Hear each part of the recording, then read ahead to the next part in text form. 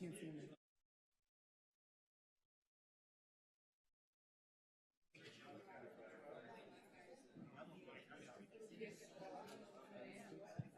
Okay, we're going to go ahead and get started. It's 5:31. Oh, is that clerk? Okay, I apologize. We had to add a special meeting item, so we'll wait 4 more minutes. My apologies.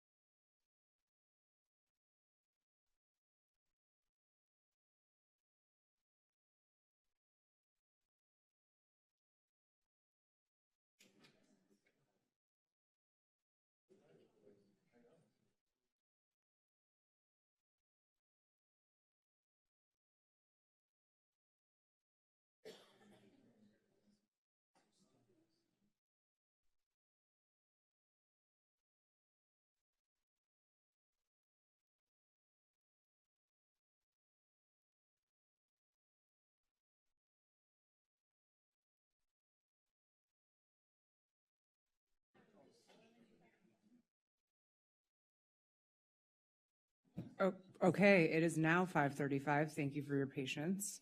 We will call the regular 5:30 meeting and the special 5:35 meeting to order together. It is 5:35, and if you could please turn off your phones. And as just a reminder, we don't do any clapping here. We do happy hands, so if you could do that so as not to disrupt the meeting. Councilmember Snell, will you lead us in the Pledge of Allegiance? Pledge allegiance to the flag of the United States of America and to the republic for which it stands, one nation, under God, indivisible, with liberty and justice for all. Thanks. Councilmember Zernitskaya, do you mind reading the land acknowledgement if it's available to you? Great.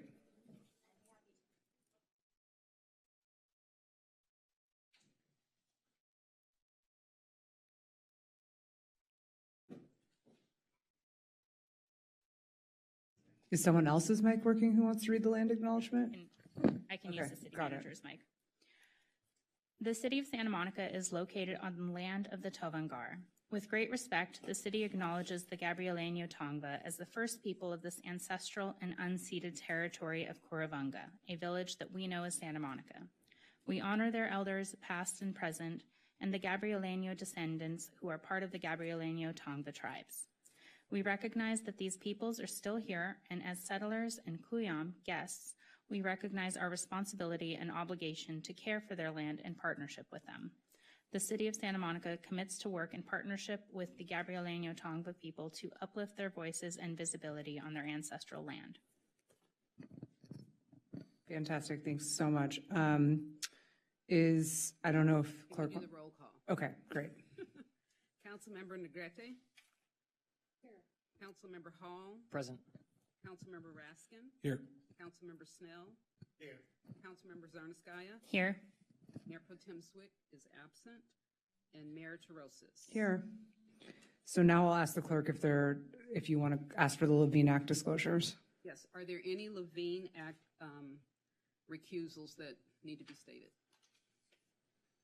No? No? Thank you. Great. So for agenda management, I would suggest and would take a motion to move the closed session to the end of the meeting so that we can hear all of the items on the agenda before adjourning to closed session. Is that in order? So moved. Is there a second? Great, let's vote on that. Who gave the second? No- Okay. Sorry. Okay. Maybe we can get some TA on the mic over here. Yeah, okay, great. Okay. Councilmember Negrete. Yes. Councilmember Hall. Yes. Councilmember Raskin. Yes. Councilmember Snell. Yes. Councilmember Zarnaskaya. Yes. And Mayor Terosis. Yes. Great, thank you. Now, Okay, now we have the general public input and comment on, general public comment. There are no special agenda items. thank you. It looks like we have about 19 speakers. We have 7 youth speakers. And then we have a request from one speaker that has an appointment. Okay. Great, so we'll hear the 7 youth speakers and then the request from the speaker that has an appointment first. It starts with Tanya. Yeah, Cortez. Tanya Cortez, Elena Policarpo, Bella Perez, Catherine Martinez, and Mark Mencarius And before we continue with that, I just want you to know that there are 3 speakers that on the are phone. On the phone. Yeah, thank you. So you guys can come up you don't have to necessarily come up in the order I called you, but we're trying to move forward here quickly. So if you just wouldn't mind coming up to the mic in succession and then stating your name for the record, that would be super helpful.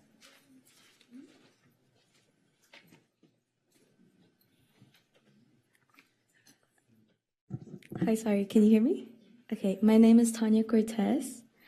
Do I start whenever? Yes, go ahead. All right, perfect. Hello, good evening, honorable members of City Council, City Hall. I am Tanya Cortez. I am a senior at Santa Monica High School, and I'm here as representative of Legado Latino.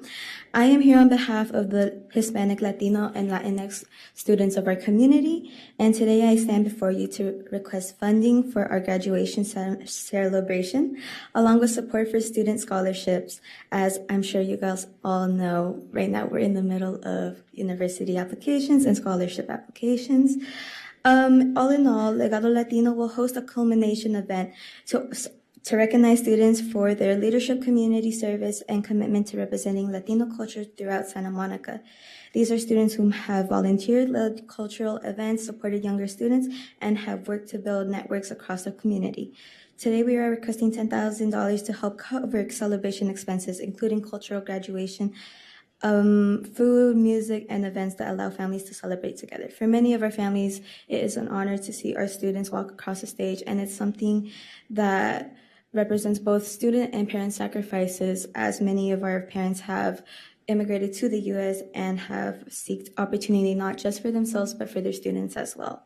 Celebrating graduation is a cultural, meaningful way for students to see that they should not hide their culture behind specific American norms, but really embrace them to the full extent. Additionally, we are requesting $5,000 to establish scholarships for our Latino seniors, as we are now facing all FAFSA reports, etc. We would like those scholarships to go to students who have demonstrated leadership, plan to attend a four-year institute, and have overcome and faced challenges while staying committed to their education and extracurriculars. All in all, our total request is $15,000 to celebrate our students. Please, if you would. Thank you.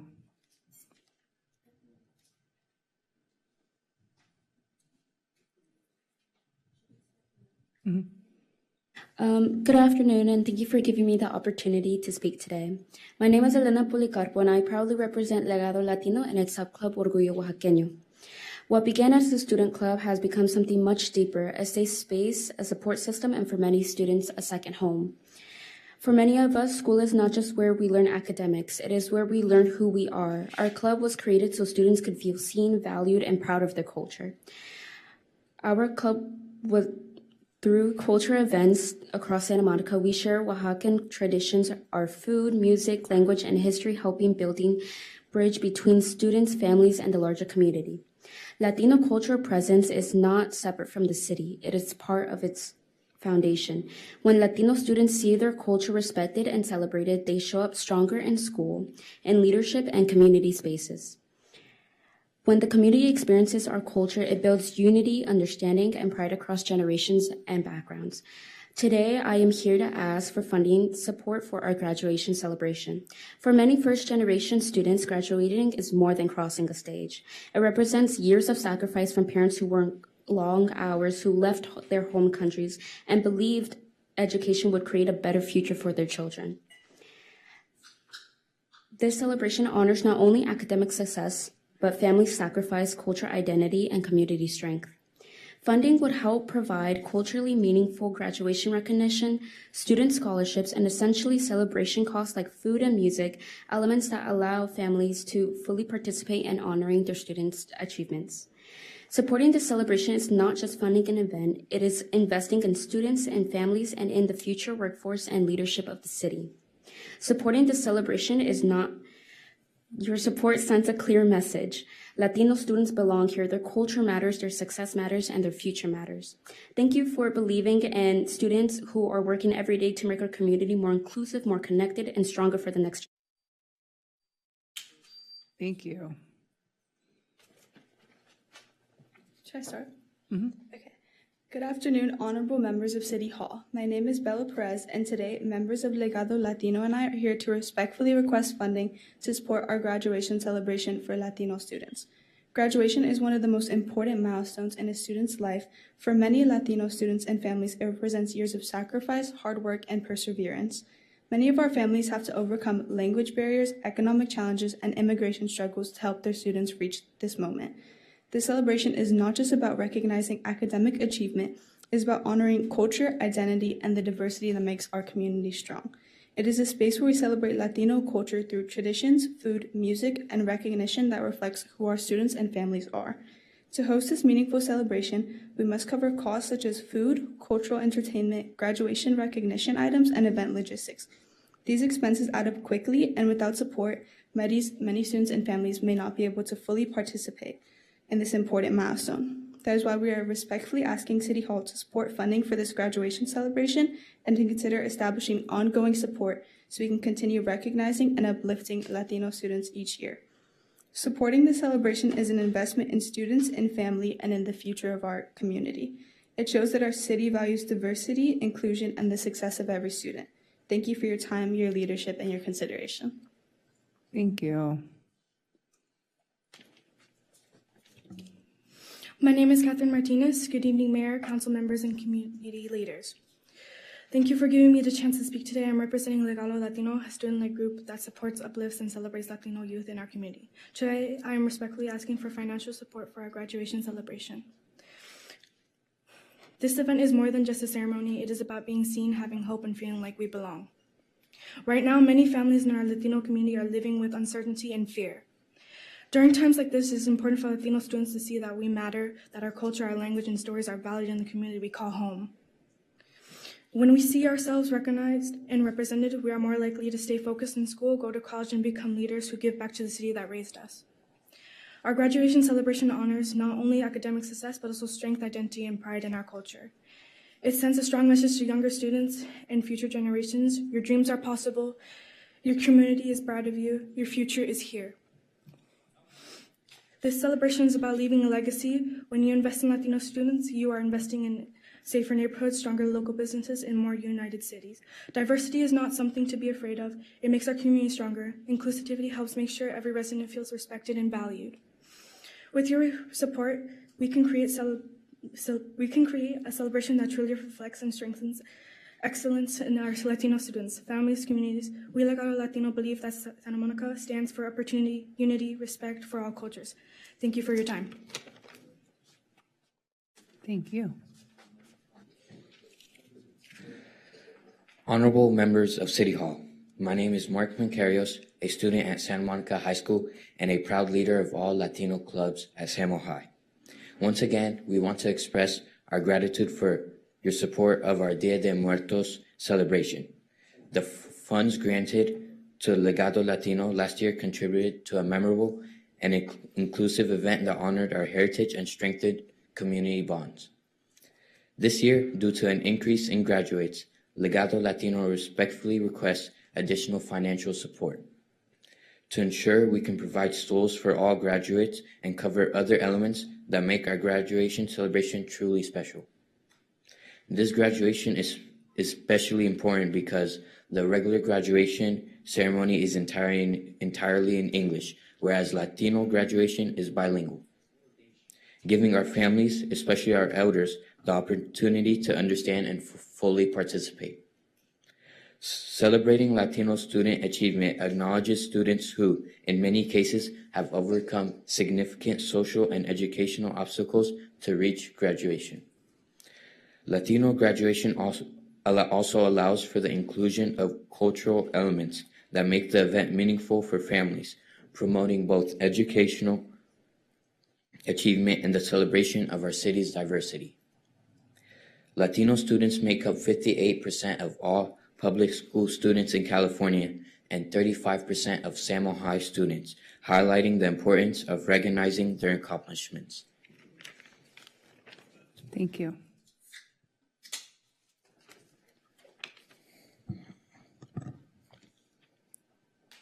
Good afternoon, City Council. My name is Marco Said, and I am also from Santa Monica High School and a proud member of Legado Latino. I am proud to share that I am Arab and come from a strong Latino community and will be participating in this wonderful celebration and graduation, where culture is not only embraced and diversity and inclusion flourishes in our community. Celebrating Latino graduation is not just about honoring academic achievement in our community, but it is also about validating the culture, experiences, and perspectives of Latino students and their families. Events like this remind us that every student's background matters, that even the bonds within our community is strong and should be heard. It is an affirmation that identity, culture, and perspective are powerful and worthy of celebration. Thank you, City Council, for your past and continued support. Your generosity makes Latino graduation at Samo High possible, and we hope to continue working with the city for many years to come. Thank you once again. Thanks so much. Oh, that's cute. All right, appreciate it. I believe that's all the minors. I think we had a request from Hootie to comment. Is Hootie here? Did you want to go ahead and call some other names? Sure, no problem. So we have Alex Lightman, Lawrence Cohen, Jonathan Foster, and Alan Glick. Hi, I'm Alex Lightman, members of the council, mayor, and staff. I've been here for 32 years, since January 1st, 1994, and I want to make 4 concrete proposals that could make downtown Santa Monica quieter and smarter. First, I ask you to embrace a clear identity for this district and call 90401, where I think about a third to a quarter of all the taxes come from, the smartest zip code in the world. I've actually done the math. It really is justifiable to call this the smartest zip code in the world. That phrase should mean more than marketing. It should mean evidence-based policy, humane technology, and a real commitment to residents' well-being, especially at night. Second, reflect that identity on the new big screens going up around the promenade. Reserve 10% of their time for equations and civic learning under the banner 90401, the smartest zip in the world. You may or may not know that this is where the conceptual underpinnings of the internet, which is 30% of GDP in the US now, something like $25 trillion a year in the global economy, is developed right here on Main Street, 1 or 2 blocks away at Rand. And also all the nuclear deterrence for the last 75, 80 years came from right there also. So this district is incredible, 8,000 people, and thousands of them have PhDs during the daytime. Then third, this is the main reason I'm here, but I wanted to give you something before I ask for something. I'm 64, and I used to be able to stay up all night when I was at MIT and Harvard and get by on 2 hours sleep. But at my age now, I need to have at least 5 or 6 hours sleep. And the lack of code enforcement on noise is unforgivable. And also, I'm not just some ordinary weakling. I've written books that have changed the world. I'm the original person who came up with the Digital Markets Act, the Digital Services Act, and the AI legislation in Europe that affects 527 countries. So what I want is for you to enforce the noise code. I've actually measured the decibels. Thank you. The decibels are not being measured. Thank you. We would love an email if you want to email us if you run out of time. Lawrence Cohen, sorry, Jonathan Foster. Yeah, you guys are all in line. Great, thanks. My name is Lawrence Cohen. April is Sexual Assault Awareness Month. And on April 12th, Santa Monica will be the location for the world's first ever denim run walk on the beach. And it will include a wellness festival on the pier.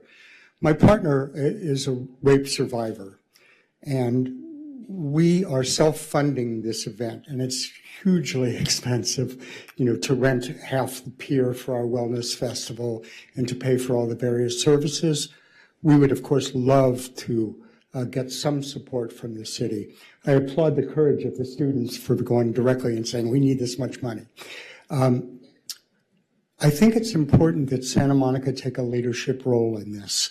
We all know there were 3.5 million Epstein files just released. Victims continue to be victimized. I would invite you all and people who are maybe watching this on YouTube to come out, wear denim on the beach, show support for people who have been victimized. And of course, we will be protecting the identity of any person who's been assaulted because we don't think we should be shaming them on top of it. So I hope you all can come out on the beach and join us and take a walk with us and be part of the Wellness Festival. So thanks for your time. There's the sign. These two. Sorry for the feedback. Hey, you can leave information with the clerk. I'm sorry? You can leave information with the clerk if you want. Okay, can I leave this? Sure. Yeah. Great. Thank you. I think we went a little bit out of order, which is totally fine, but we have Jonathan Foster, Alan Glick. Do you see there's a Morgan Hunter? Yeah, I saw that. Morgan Hunter Gross. I'll just call a few more names. Morgan Hunter Gross, Denise Barton Hootie. My turn. Yep. Jonathan Foster, I approved the Santa Monica Coalition new banner at 3rd Street Promenade. That's a good one. And next meeting, I'm going to speak about Jerry Rubin.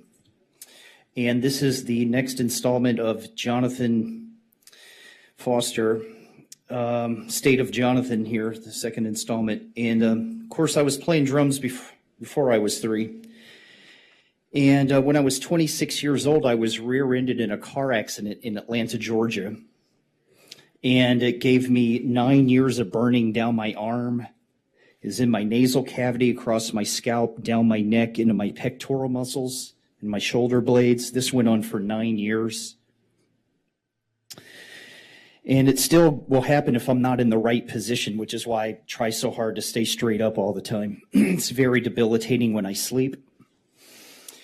And I left the family that I am from because they interfered in everything I did before coming here, ruined my music career, basically.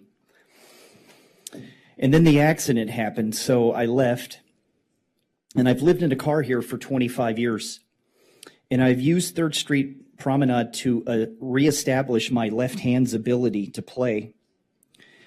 And it's odd how it took 23 years till the car accident, and it's taken additional 23 years and more to reestablish. It's amazing what has happened to me. Most people never been through this. And then we went into the pandemic. This totally crapped out the timeline all over again. And I've never wanted to be on 3rd Street. This 3rd Street Promenade's not a place I wanted to be, but it's a place that has allowed me to reestablish.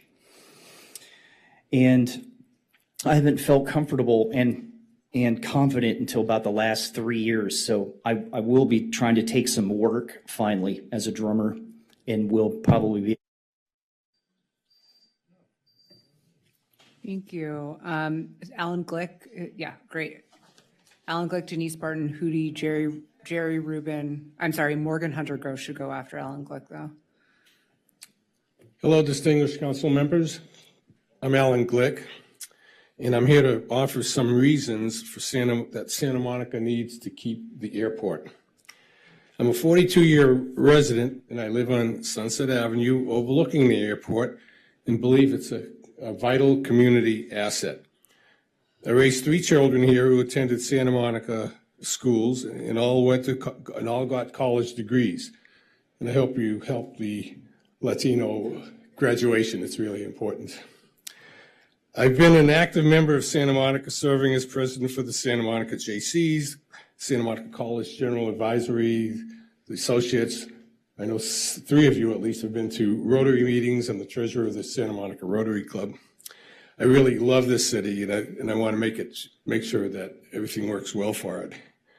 And I think that I want to help serve and make Santa Monica to be able to serve its residents well. The airport's important for providing safety for emergency access when, not if we have a major disaster such as earthquakes, fires, floods, and other weather-related disasters. The airport is also a unique historic property that cannot be replaced. Once it's gone, it's gone. Parks can be built anytime and even at the current airport. The city can make an airport property can make the airport property better for its residents and a major visiting attraction for tourists. You can even put pickleball courts out there. The city does not have funds to renovate the 227-acre airport for a park or community development. Not having a plan and a need for funds could result in a sale, which would be unintended consequences. Cleaning up the airport has a high cost for remediation, mitigation, and decontamination.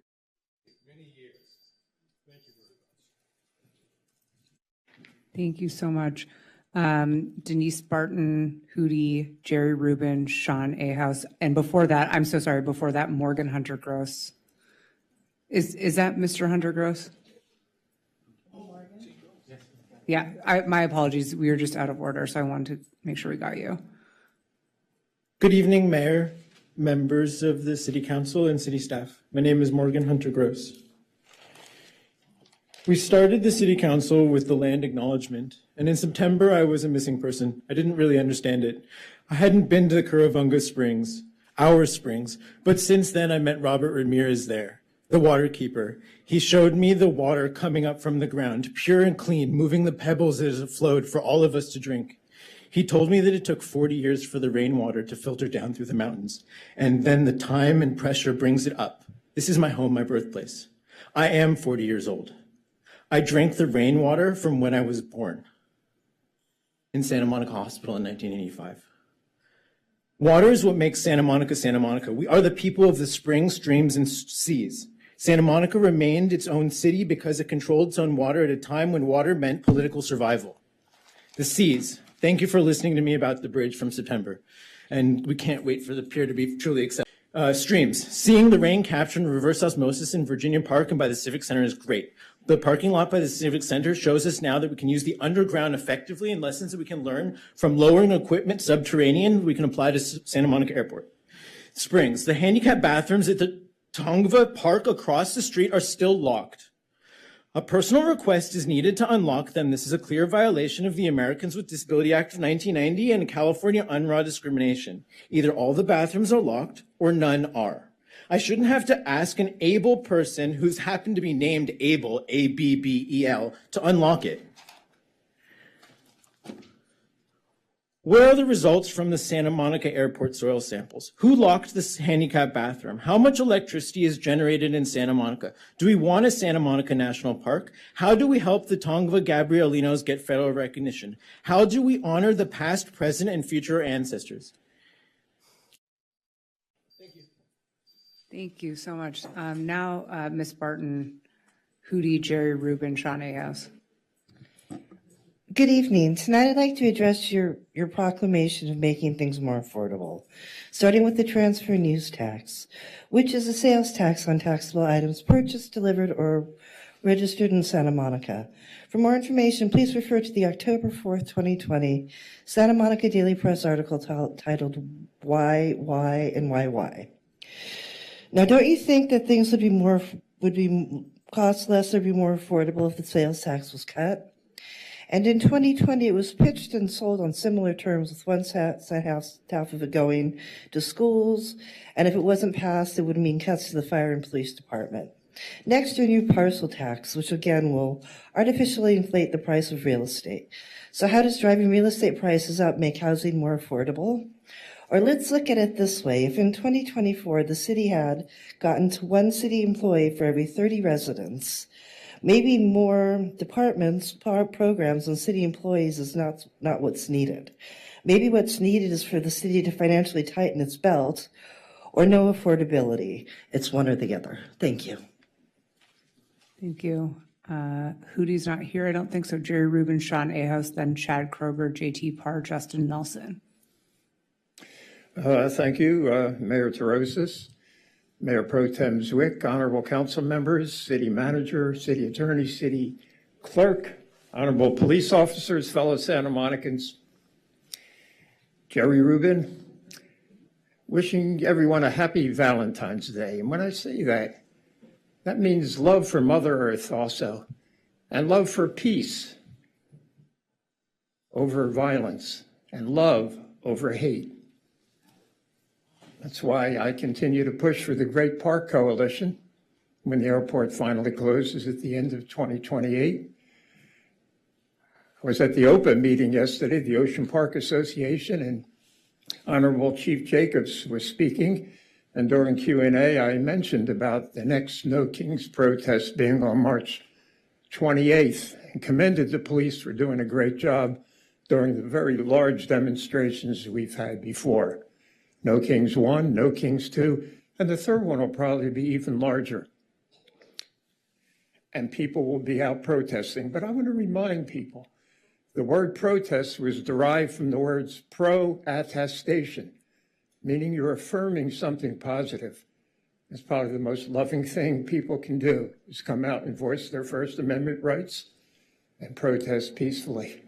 So thank you all very, very much. Happy Valentine's Day. Thank you, Mr. Rubin. Mr. Ahouse.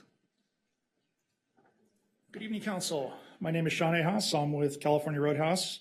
I'm here to express our views regarding passing of city ordinances in general.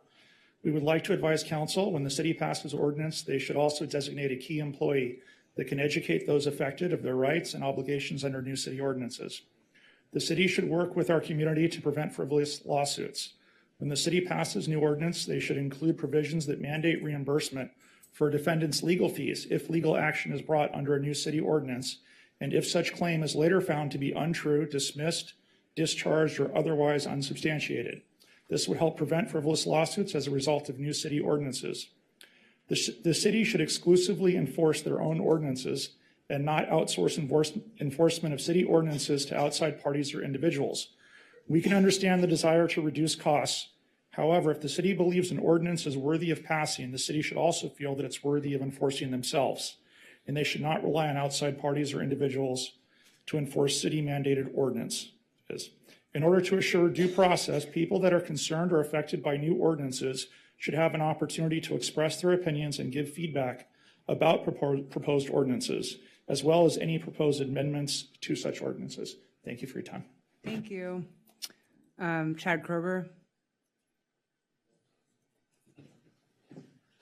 What up, Council? My name is Chad Kroger. Council, heartbreak blows. So does getting fired. So does losing both your grandmas. But the only way to get over the trauma is to get back out in the world and to say what up, which is exactly what our boy Zach did here today. And I'm so stoked to call him a new friend. What up? Real quick, too, I just want to give Santa Monica credit for backing natural grass at all of its parks and not going the artificial turf route.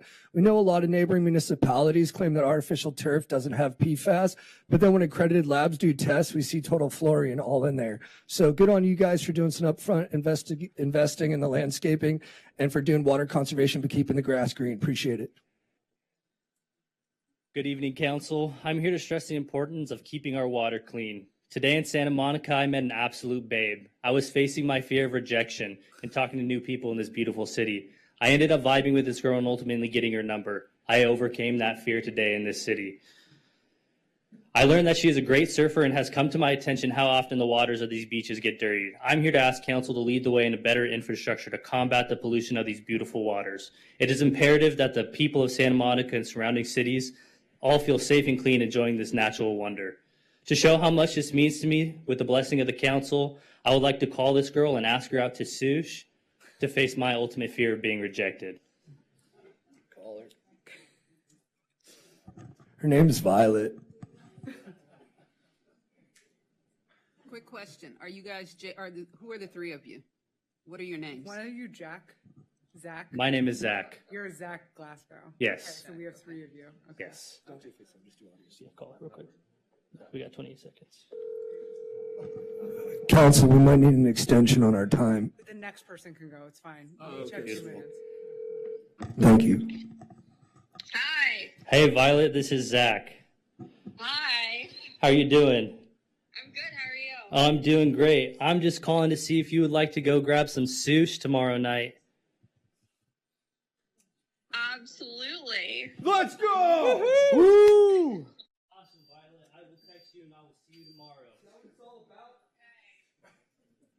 Beautiful. Thank you so much. Is Justin or Zach, you're done? Okay, great. Great. Congrats on your date for Valentine's. Okay. Yeah, where are we going to sush? I mean, sugarfish is quite good. Sugarfish. See you there. Ari Poses.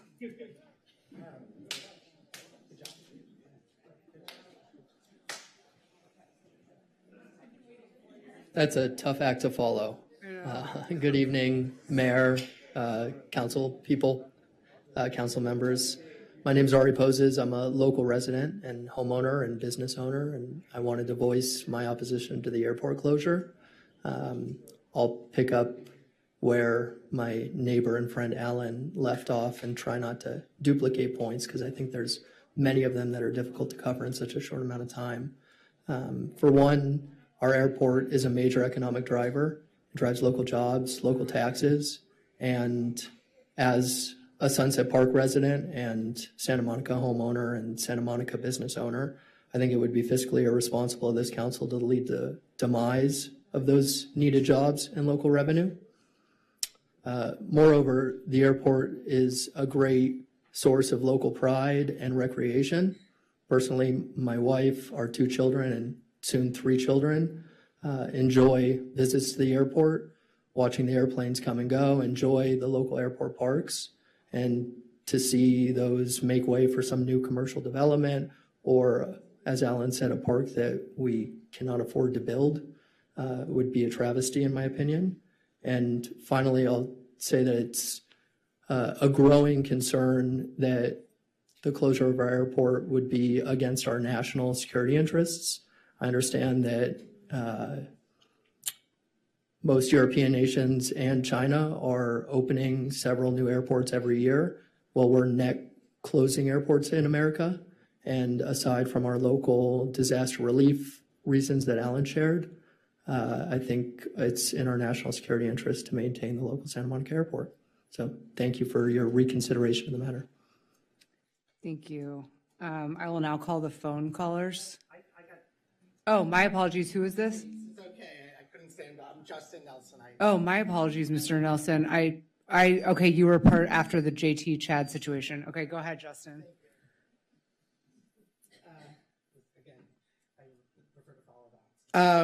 So thank you, City Council Mayor, members and Mayor.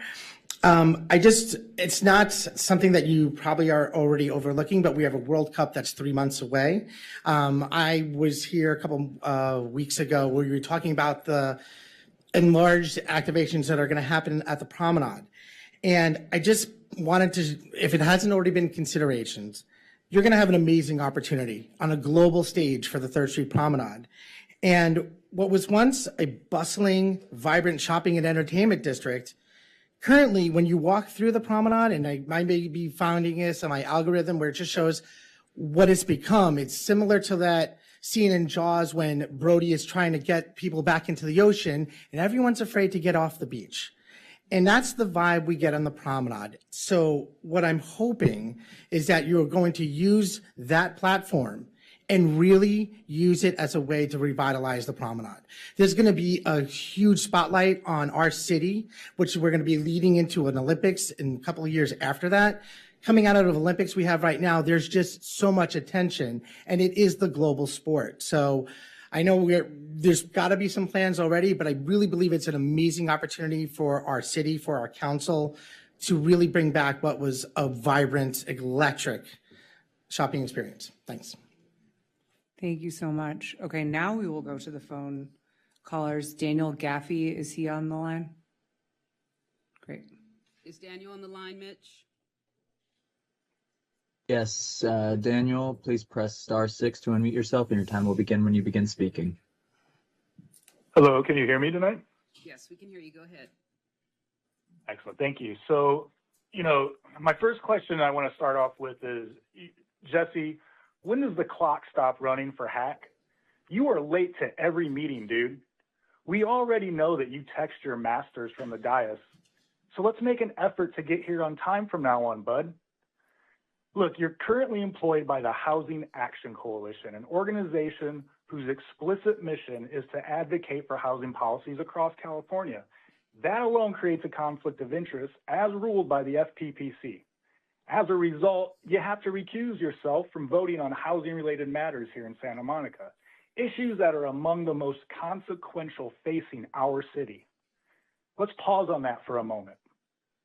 Housing is not a side issue. It is central to land use, transportation, infrastructure, neighborhood character, and affordability. If a council member, especially the mayor pro tem, cannot participate in those decisions because of outside employment, that is not a minor technicality. That is a structural issue. But the issues don't stop there. While recusing yourself locally, Mr. Zwick, you have reportedly traveled city to city advocating for your employer's preferred housing policies while invoking your title as Santa Monica's mayor pro tem. That is deeply troubling.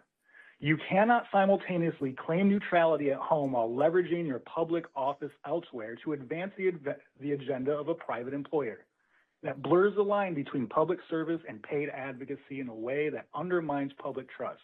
How is that, from an ethical standpoint, any different from what the Trump administration does on a daily basis? You act more like a Republican in your actions than you do a progressive. Santa Monica residents deserve representatives who can fully participate in the most important decisions facing our city, without divided loyalties, without blurred roles. And That was 2 minutes. Mike Montgomery.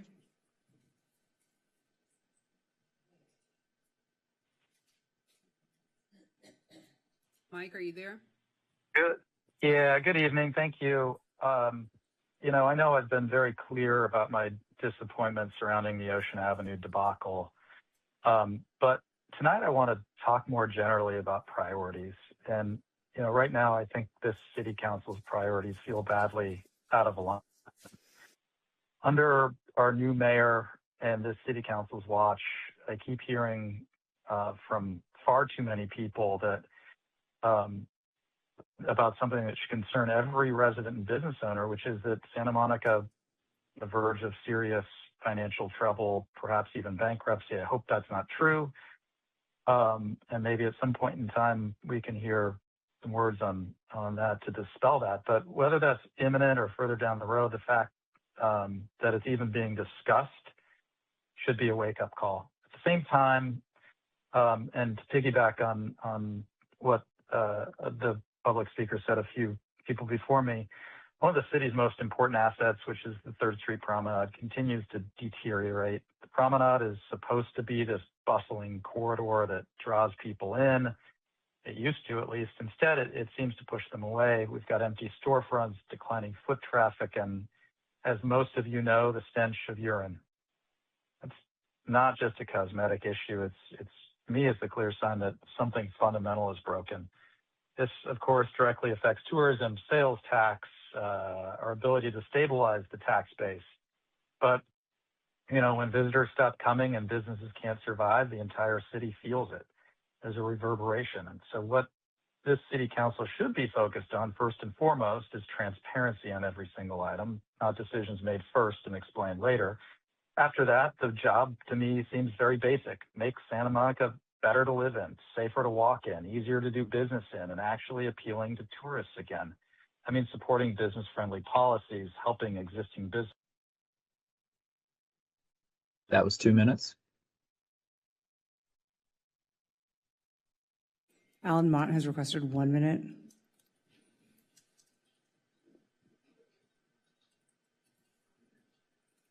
Alan, are you there? Alan, press *6 to unmute yourself.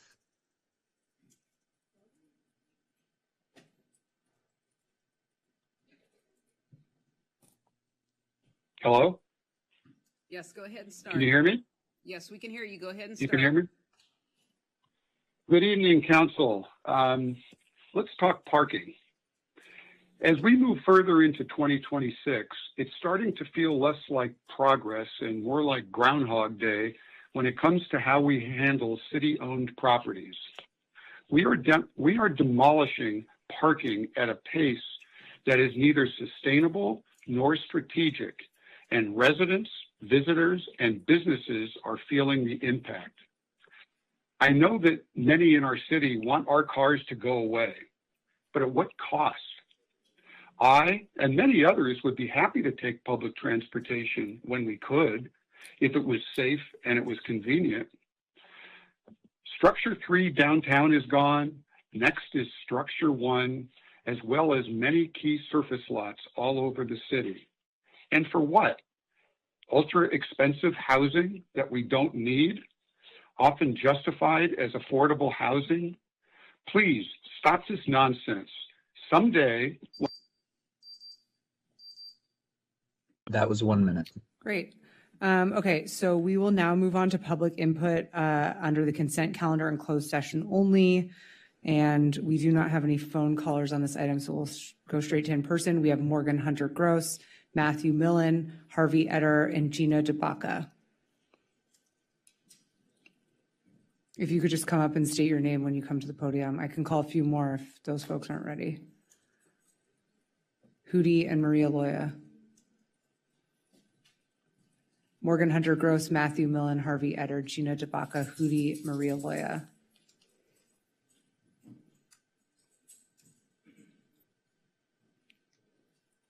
Mr. Etter, did you want to go first, or should we get Mr. Millen to go first? Okay, we're going to get Mr. Etter. Great. Okay.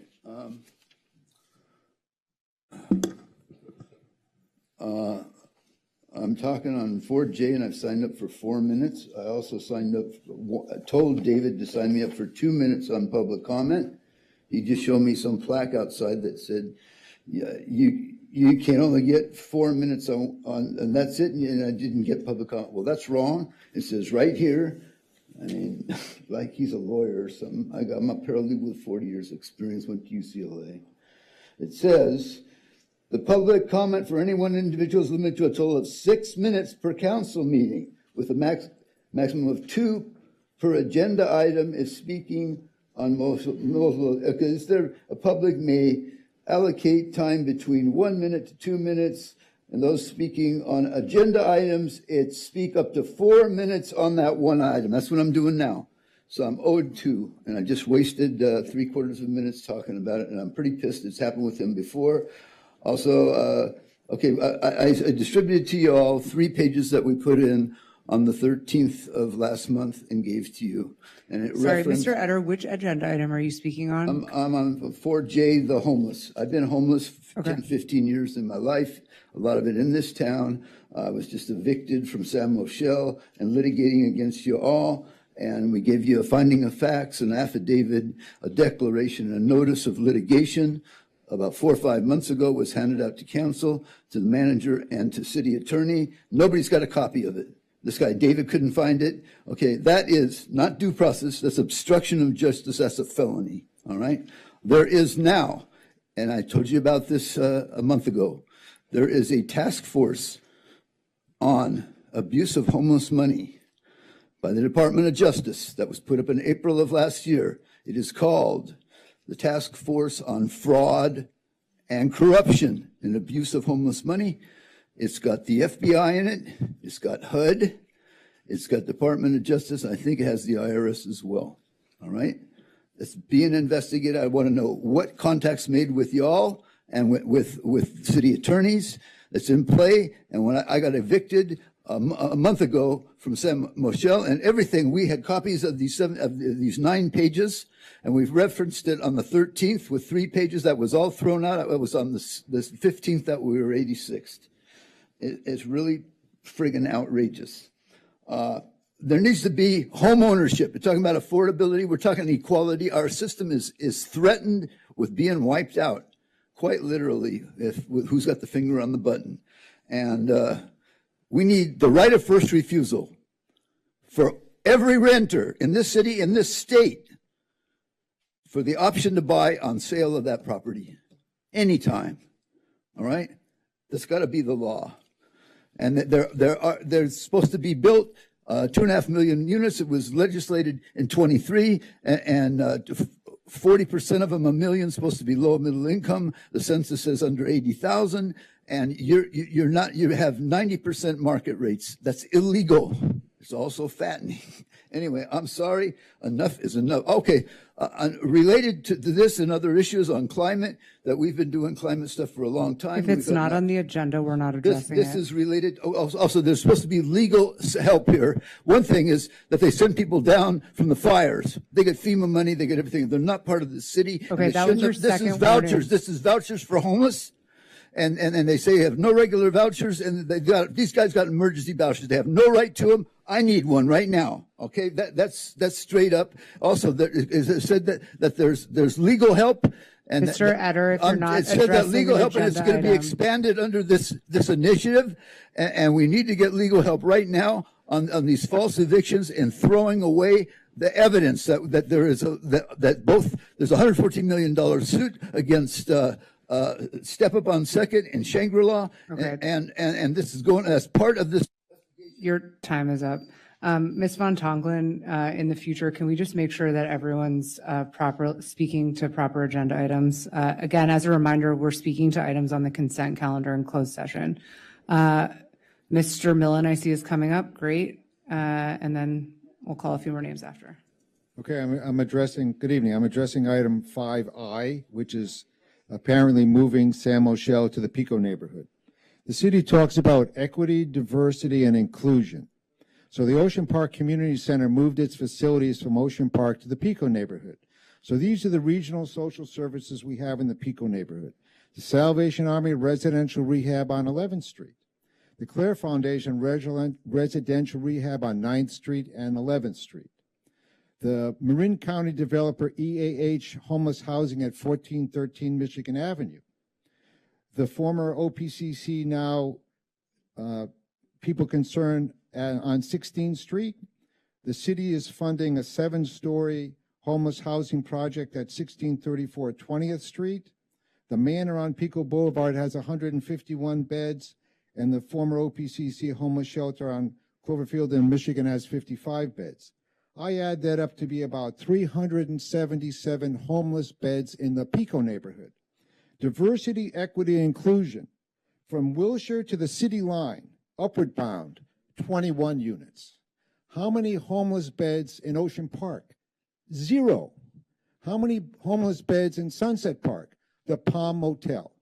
Closing San Michelle and moving into the Pico neighborhood is totally unacceptable. Now, the project that's being built on 20th Street with Venice Community Housing provides off their website. All the Venice Community Housing's permanent supportive units are filled from the Los Angeles County Coordinated Entry System, not Santa Monica homeless. And actually, the homeless in Santa Monica were not evicted from their apartments and lost their homes to foreclosure. They come from everywhere else. So it's time to end the dumping of all these social projects in the Pico neighborhood and put them in the other neighborhoods. Thank you very much. Just for a point, thank you, Mr. Millen. For a point of clarification, City Manager Chi, because I know this has come up and there seems to be some narrative about this. Can you just clarify, are we considering in closed session tonight moving San Michelle to the Pico neighborhood? We are not considering moving San Michelle to the Pico neighborhood. We're contemplating options to establish a different type of response to addressing the issues of homelessness. And of course, as we get direction from the council, we'll be engaging plenty of public outreach to share details about what we're thinking once we do get that direction after we convene with the council in closed session. Thank you, because I think that public awareness and engagement is very important to us. And although legally speaking, there are some things that we have to discuss in closed session, Mr. Millen, I just want to offer clarity to everyone that, of course, we will return publicly should anything be on the horizon re-decisions. Sorry about that. Just wanted to make that clear. Ms. DeBaca, Hootie, Maria Loya, Morgan Hunter Gross. Hello, Gina DeBaca. Good evening, council members. So I'm here to speak also on 5I, and can I kind of just say ditto on everything Mr. Millen said? I just wanted, he hit all the points. I say it all the time here and everywhere else. We want to serve locally. You all are elected by us Santa Monica residents, and I want to see that the council actually serves the residents of Santa Monica. And so yes, I would love to see any spaces, whether they be for the mentally ill, for drug recovery. These are vulnerable communities, but here in Santa Monica, especially in the Pico neighborhood, we're full. Santa Monica, we're full. These people do need to be taken care of, but not in Santa Monica. We've been doing it for far too long. And yes, I would love to see Santa Monica local control versus, Los Angeles County. Of course, it'd be great if Santa Monica Council had control over these decisions, could make these decisions. And yes, these people need help, but Santa Monica, us residents, we're not all registered nurses or doctors or therapists. We can't continue to deal with this in our community. We have another vulnerable community, that's senior citizens. We have another vulnerable community in Santa Monica, that's children. And we need to make sure they're safe. And we can go on and on about all the attacks people have had to deal with. There was a murder right outside of that manor in the alleyway on 1905 Pico. I hope I'm quoting the right address, sorry. That was some years ago, but nonetheless, there's constant drug sales there. So these are issues. They need to be dealt with, whether we, Santa Monica, take local control, or if LA County has control of it, we need to deal with it, though. Thank you so much for hearing me. I appreciate it. Thank you, Mr. Baca. Morgan Hunter Gross, Hootie, Maria Loya, and then I'll call a few more names: Zena Josephs, Oscar De La Torre, and Jonathan Foster. Again, good evening, Mayor and members, City Council and City staff. My name is Morgan Hunter Gross. I'm a disabled neurodivergent polymath. I'm a filmmaker who's been masquerading as a film editor, but I'm really a systems thinker. So I'm here to talk about the homeless emergency proclamation. This should be about basic human kindness. We should lease, purchase, or build modular units, trailers, or semi-permanent structures. We should really hire builders, operators, and service providers as soon as possible. We need to set up private restrooms, laundry, and temporary sleeping facilities. We need to make it easier to repurpose existing facilities on city property for emergency sleep and hygiene sites. I'm going to go straight to showers real fast. There's only one shower in Santa Monica that I know of. It's on the beach, and there's no private area to take your clothes off and change your clothing, and even people that come to visit. You can't use soap. You can't change your clothes. Mothers are washing their kids off in the bathrooms, the sink. The only proper shower that I know of is in the California State Park System, and that's at the coast in Sycamore Canyon is a good example. It's 50 cents for 2 minutes of it's a quarter for 2 minutes of hot water. The cold water is free, but they use the hot water to. I believe in voluntary use of immediate. In Santa Monica, we have the ability to build and retrofit beautiful homes and offices for the elite.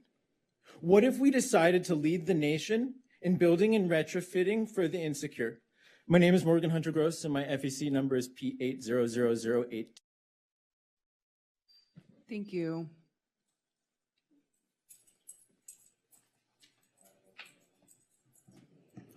Good evening, Council, Mayor, and city staff. My name is Maria Loya, and I'm here representing the Pico Neighborhood Association. The Pico neighborhood is the largest concentration of low-income working families. It's also the largest concentration of diverse communities, ethnically, as well as racially as well. There's been a long-standing practice to dump undesirable and toxic developments in the Pico neighborhood. This has been going on for many, many years. And that is why we find social services and any other undesirable developments concentrated in the Pico neighborhood. Right now, you're going to be discussing what kind of services these two buildings can provide specifically for homeless, people that are suffering from mental illness and possibly drug addiction. What I would like to ask is that you really take into account the cumulative impact that the Pico neighborhood residents have had to endure. And I would like to ask you that you really think about if you feel that City of Santa Monica needs these kinds of services, then you need to place it in other neighborhoods or outside of the city. The Pico neighborhood has done way, way more than any other neighborhood has done. And so if those apartments are going to serve any use, let it be just housing for low income and very low income residents. That's what we need. We don't need in the Pico neighborhood these kinds of services. Right now, we have the Laurel, which is that kind of development where you poor people and mentally ill people, and it's not working. Thank you, Ms. Loya. Zena Joseph, Oscar De La Torre, Jonathan Foster, Denise Barton. Thank you. I'd like to talk briefly about items 5A, 5J, and 5K. On February 9th, we read in the Santa Monica Lookout that the city is moving San Michelle to Sunset Park and Pico neighborhoods. Were there study sessions regarding these that I missed? I don't remember seeing a council vote, for example, to sell 4th, 5th in Arizona, or to lease the Palm Motel or the Manor. What happened to transparency? Neither neighbors nor Friends of Sunset Park were notified when the Palm Motel became an LA County shelter. But Friends of Sunset Park has certainly been hearing about it, the impact on nearby residents. Quote, this year has started with another round of police responses and emergency vehicles at that site. Our neighborhood is becoming known for human feces left on our streets, people passed out on our sidewalks, flailing mentally ill, screaming obscenities. and intimidating residents, and it's a dangerous place to take kids or to walk at night. This is not the future we want for our neighborhood. We're hearing now that there's going to be public discussion, but it was quite startling to see these agendas on the item without any warning, and it's very upsetting. Thank you. Okay, Mr. De La Torre. Yes, good evening, council members and staff. My name is Oscar De La Torre, and I'm here to support residents coming before you today to talk about the decommissioning of the Hershon Manor. I heard that's in process, and I just want to share with you some information. In 23-24, I invited then City Manager David White to join me in a meeting with the current owner of the Hershon Manor.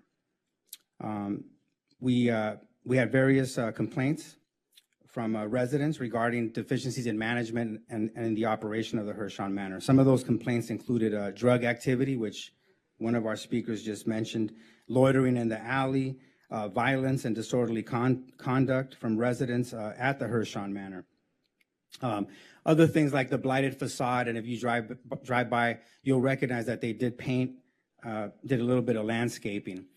But it just dawned on me, walking around the facility and looking at it, these are a lot of very disabled people with serious mental health conditions, many of them with drug problems.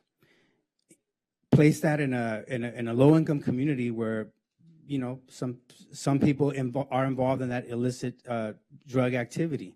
And it's just a bad situation, So the 1st and the 15th, there's a lot of activity around there. People are getting their SSI checks, and some of them are purchasing drugs, from local providers. We need to change that. There was a motel on, I think, 22nd and Ocean Park, and the council acted swiftly, took control of that situation. That motel is now closed.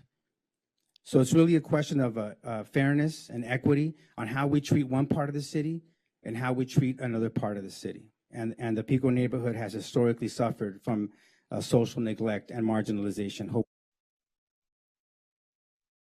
Thank you, Mr. Foster, and then Ms. Barton.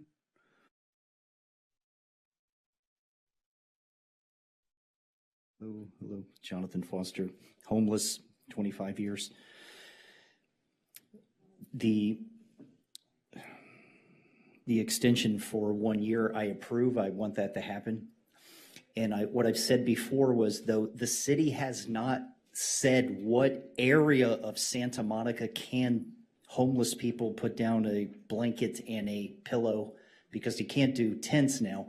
So all 7 of you need to say, homeless people can be over here, or homeless people can be over here, because we know they can't be on the beach, they can't be in the park, they can't be here, they can't be there. Where can they be? Where can they be? You haven't said so. So I'm just asking that. As I know at other times I come in here and throw every one of you under the bus. Why would you listen to me? So when I first got here in 2000, there were a lot of homeless lines. And of course I was homeless and had to use all that stuff. Even sometimes, even like in 2010, 2012, 2015, I went down to the beach to shower in the middle of the night when nobody was down there.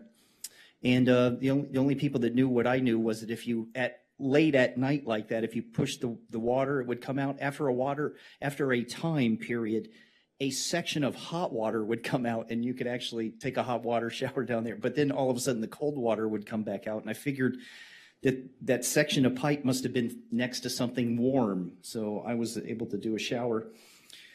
So please keep the extension. So for 25 seconds, a bit of information that may not go anywhere. There's a lot of people that are mentally ill and on drugs, and there's ones that are not, right? And so right now, the living wage is at employees for businesses, that's at 26 employees and up, they have to do, and really the adjusted to inflation minimum wage is what Congress makes $88 an hour, which is what. Thank you. Last person we have is Ms. Barton. Good evening. On item 4J, your recertification of the homeless emergency proclamation, considering your actions have made Santa Monica a homeless refuge. It would appear as though you are allowing these conditions within the city because of funding, I'm sure, just like the needle exchange and paraphernalia program. But the homeless service budget is still at or above $50 million, which it was raised to from $5 to $10 million before the pandemic. Now, I'm sure the residents of the city would much rather have the funds be used for more police for a safer city, not more of our taxpayer funds to invite and make the homeless more comfortable within the city of Santa Monica. Thank you. Thank you.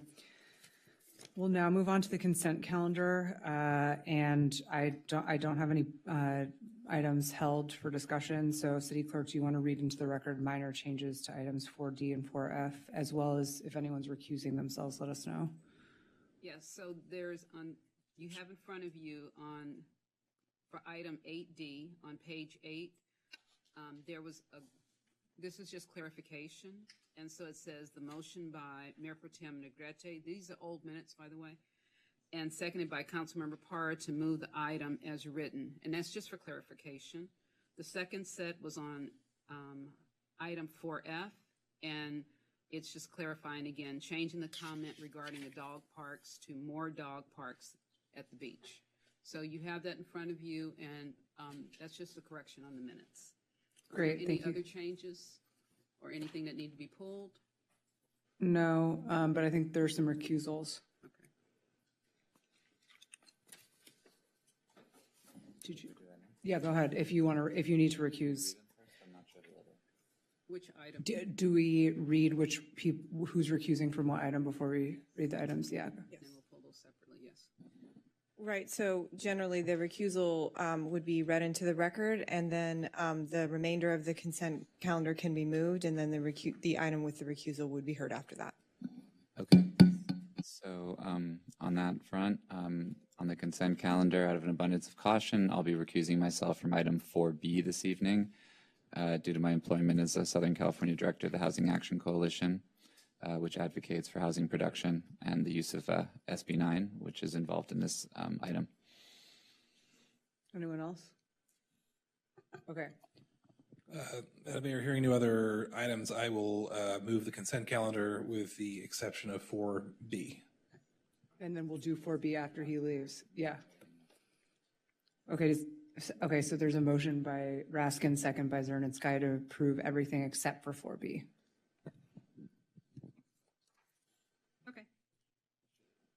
Councilmember Zernitskaya? Yes. Councilmember Snell? Yes. Mayor Pro Tem Swick? Yes. Councilmember Raskin? Yes. Councilmember Hall? Yes. Councilmember Negrete? Yes. And Mayor Teroses? Yes. So I just want to acknowledge the APU from the fire department is a huge deal. So thank you, Chief Halleck, for being here. We're really excited about that. And thank you to the workers who came and were very excited about moving forward, recall and retention. Now let's vote on 4B, and I think Mr. Zwick will leave. Yes, thank you all.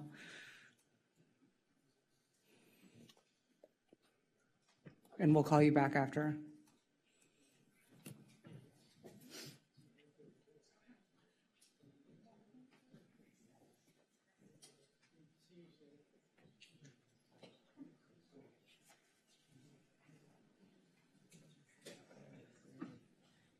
Okay, so, you're going to read it? Go ahead, sorry. Item 4B is adoption of a resolution accepting and approving final parcel map number 84800 to subdivide a property at 3222 23rd Street. I'll move item 4B. I'll second. Okay. Councilmember Negrete? Yes. Councilmember Hall? Yes. Councilmember Raskin? Yes. Councilmember Snell? Yes. Councilmember Zernitskaya? Yes. And Mayor Teroses? Yes. Mayor Pro Tem Zwick, if you're in the hallway, someone can bring him in. Great. So due to our agenda management, we will be talking about closed session after everything else. So we now have the city manager's report. Thank you, Madam Mayor, members of the council. Okay, As Mayor Pro Tem Zwick makes his way back in, I have a brief update to share with the council this evening. First, I hope everyone on the council is fully recovered from Bad Bunny and the West Coast being the best coast with the Seahawks winning this past Sunday. We had a public commenter earlier dressed kind of like Pikachu. It reminded me, there was a terrific commercial. I'm not sure if everyone saw the Pokemon commercial. Santa Monica was in the background. That was pretty cool. This upcoming weekend, while it may not be as sports intensive as this last weekend was, will be filled with love and Cupid in the air. Valentine's Day is approaching, and we have a ton in store in Santa Monica. This upcoming weekend, we've got family-friendly fun at the Mini Renaissance Fair at Virginia Avenue Park. We've got a block printing workshop at the Montana Branch Library that we hope everyone will come and check out. And then in the evening, as the sun goes down, I've been told that Tongva Park will be transformed into an experience called Attune. That's an outdoor, multi-location, synchronized sonic network and light installation. Not entirely sure what that means, but I hope everyone will show up to find out. Santa Monica also has some of the best food on the planet. One of the cool things that will be happening, there is a karaoke party and food tasting that will be happening at Camera Obscura. Tickets are available online at mama.co. Check that out.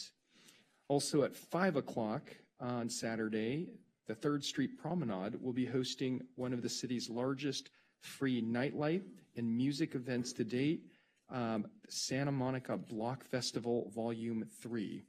We'll see live DJs, custom stages, pop-up bars, immersive nightlife programming, and more. And of course, this is in addition to all the other things that you can experience in our terrific community. Hopefully, folks will then think about rounding out your weekend with what has been described to me as adorableness. That is the Kittical Mass Bike Ride that's taking off from Ishihara Park on Sunday. Wanted to remind everyone also that the Most Love Santa Monica contest is now open. Everyone head to smdp.com/vote to show your local Santa Monica business some love. And lastly, everyone mark your calendars, Saturday, February 28th, another packed day of terrific events in Santa Monica, including the Greens Festival, a Santa Monica Reads Author Talk, a volunteer day at the Dunes, and so much more. Lastly, we always end our reports with an introduction to our adoptable pet of the meeting. Wanted to introduce everyone to a 2-year-old black and white domestic medium-haired cat named Sir Flufferton. Sir Flufferton is a dapper guy who loves gentle pets, head scratches, and rolling around while showing off his fluffy belly.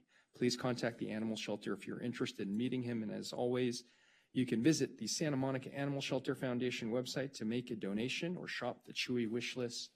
With that, my report is now mercifully concluded. City Manager Chi, can we make sure we put all of these wonderful events on our social media so that people can go to them, because they all sound so fun? Absolutely. Great. Okay, with that, travel announcements and mayor's highlight. We will save our mayor's highlight for the next meeting. I'll just say, does anyone else have any travel announcements? Oh, go ahead, Councilmember Zernitskaya. Yesterday, I traveled to Sacramento for the Civic Bridge policy meeting. It was really wonderful. We discussed a lot of different strategies around energy and housing and the interrelationship of, mostly energy and sustainability. Thanks. Phenomenal. And then last week, I traveled to Boston for the U.S. Conference of Mayors Just City Mayoral Fellowship that I'm participating in this semester, along with 8 other mayors around the country. We are getting support from the Harvard Graduate School of Design and addressing kind of the built environment and the systems of injustice that have created our unjust built environment and how we make smart decisions on a going forward basis to correct those.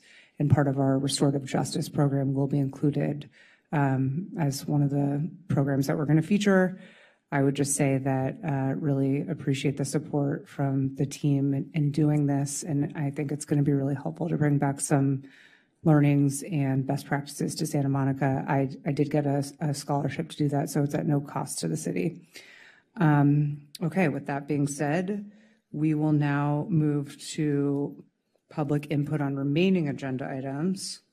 We have two requests to speak. Jerry Rubin, Pam O'Connor.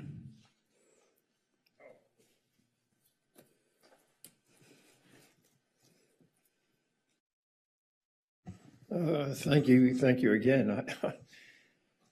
I wanted to speak on the council's dealing with the traffic stuff, right? Is that the item that I could speak on?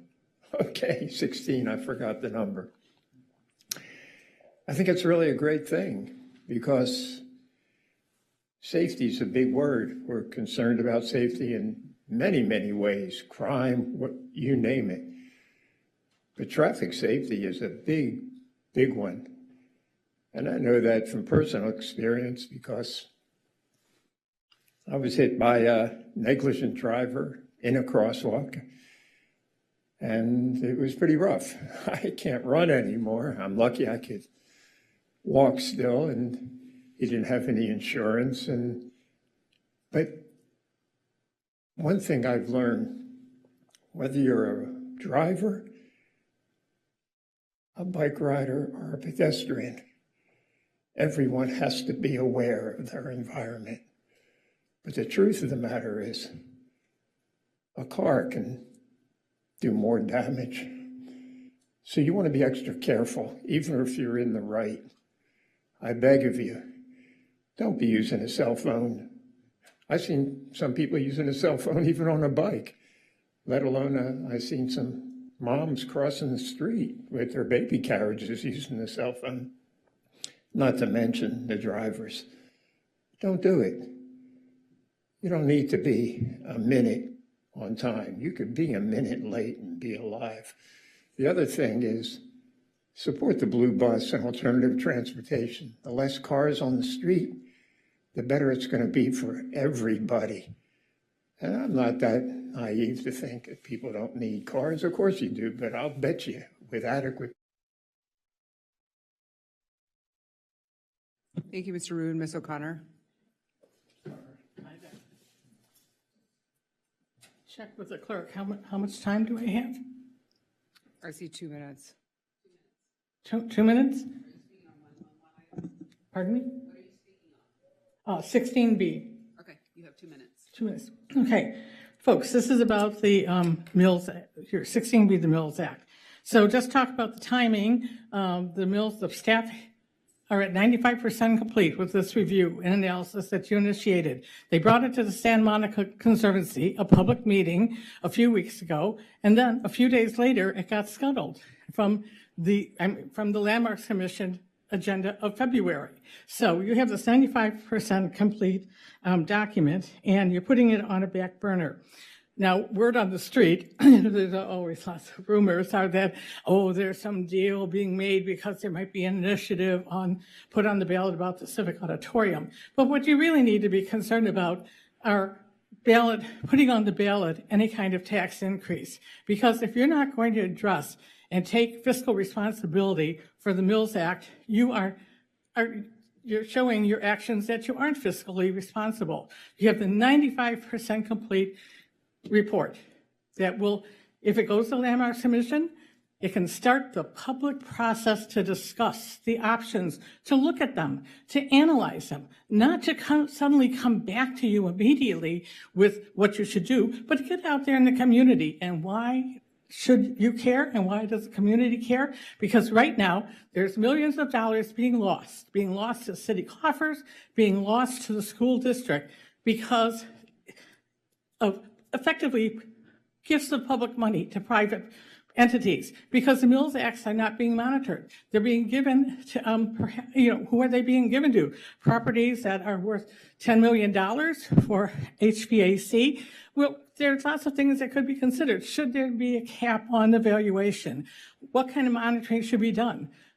If somebody hasn't responded, who has the Mills Act, has not responded, they need to be addressed. So you really need to be fiscally responsible and keep moving on the Mills Act. Thank you, Ms. O'Connor. The next item on our agenda is item 12. So before we go to the 16 items, we do have to open the public hearing. I don't know if we want to hear the staff report and then hear public comment on that, Madam Clerk. Okay, great. Looks like we're going to hear from Jing. Good evening, Council. I have a very brief report. This is just an extension of the interim zoning ordinance that you introduced at your November 18, 2025 meeting. This is just providing an extension to cover the period by which it would expire. And these amendments will actually be brought back for permanent codification at your February 24th meeting. What it is it streamlines our outdoor dining program, remove duplication from design standards in the ordinance, put them in the guidelines, allows us to be more flexible and responsive to our outdoor dining operators. So that's it. Any questions? Do we have questions? No. Let's open the public input then. We have one commenter, Gina Herndon. Is Miss Gina Herndon available? Gina Herndon. Okay. Well, we do have some people in the queue, so if she shows up, we're happy to take that public comment before we vote, but if she does not, we will have to vote. So, Councilmember Negrete. I wanted to move the item. Second.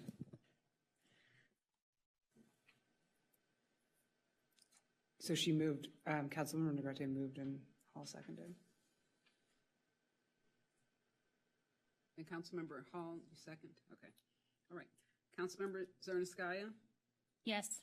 Councilmember Snell? Yes. Mayor Pro Tem Zwick? Yes. Councilmember Raskin? Yes. Councilmember Hall? Yes. Councilmember Negrete? Yes. And Mayor Terosas? Yes. Very excited about this. Thank you, Jane. Now we will move on to 16 items for which we've already heard public comment. We approve those all together unless a council member wants to pull something. Did anyone want to pull one of the 16 items? Okay, hearing none. Councilmember Zwick would like to talk. Yeah, I'd like to talk briefly to my item, or the item that I have with 16C. Okay. Why do I not see it on this agenda? And also speak to 16B. Okay, so we'll approve them one by one then. So 16A, do you want to read the item, Madam Clerk? Yes. Okay. Item 16A is recommendation to appoint new Housing Authority Board member due to Belinda L. Phillips' ineligibility from the city's voucher program, and authorize the city clerk to publish the vacancy. I'll make a motion. Second. Sorry, that was loud. You can do this by voice vote. A voice vote? Yes. All in favor? Aye. Opposed? Okay, next we have 16B, and that's request from Councilmember Raskin, Mayor Terosas, and Councilmember Hall to direct the city manager deprioritize and pause analysis on Mills Act and structure of merit revision considerations, and to align landmarks work plans with the implementation of the Landmarks Commission's recommendation in a place for everyone in Santa Monica's history. Councilmember Zwick, did you want to? Well, actually, I don't know if Councilmember Raskin, who's the progenitor of the item, is that okay? Yeah, of course. Yeah, if you'd like to speak to. Briefly, I mean, I trust that you've all read the report on the record. Just to briefly speak further to it, we've had many 16 items come forward this year and last year that have added more and more and more priorities onto staff's plate. And we've got another one coming up in 16C, which I'm not to jump the gun, but very much supportive of. But at a certain point, we've got to pull back, and we've got to stop adding more and more things onto our agendas and reprioritize. And we very much do want to look at these things. I know that there's a range of opinions and viewpoints among myself and Mayor Teroses and Councilmember Hall as to what the best policy trade-offs are with all of these things. We do want to look at it, but we want to do it at a time when we've had further opportunity to, one, work this up, and then also align the timing of it with a intensive overview of our landmarks program and the integration of that with Landmarks Commission's recommendations in their report. So, it'll all be coming back, and I think, perhaps just to respond to some public comments we've received in the record, hoping our city attorney can just briefly speak to how we can't stop accepting Mills Act applications. So the city's ordinance is somewhat unique. It was amended a few years ago to remove discretion from approval for the Mills Act applications once 3 findings are met, that there are no outstanding code enforcement violations, that I think they're current on all of their required taxes, and that all of the alterations were consistent with the Secretary of Interior standards. So that was a decision that the City Council made years ago. The expectation then is created that once an application comes in, as long as those are met, that the City Council will approve the application. There is therefore risk in stopping the application process without adequate notice and opportunity for applicants who are planning to apply to get their applications in. So, sorry, can I follow up on that, City Attorney? My understanding is that if a application was in process, there could be some issue with pausing it. But if we were to discuss pausing applications, it wouldn't necessarily have to apply to applications in progress. Is that correct? Yes, Council could apply a pause that is at a date in the future, if that is something that Council would like to do. Again, if I understand Mills Act, and staff's not here, but my understanding is how Mills Act contracts work as well.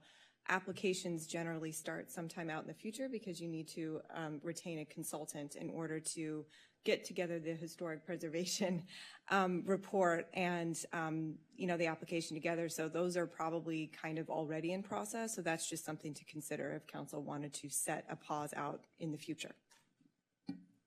And by the way, I should have said this first, but this item kind of concerns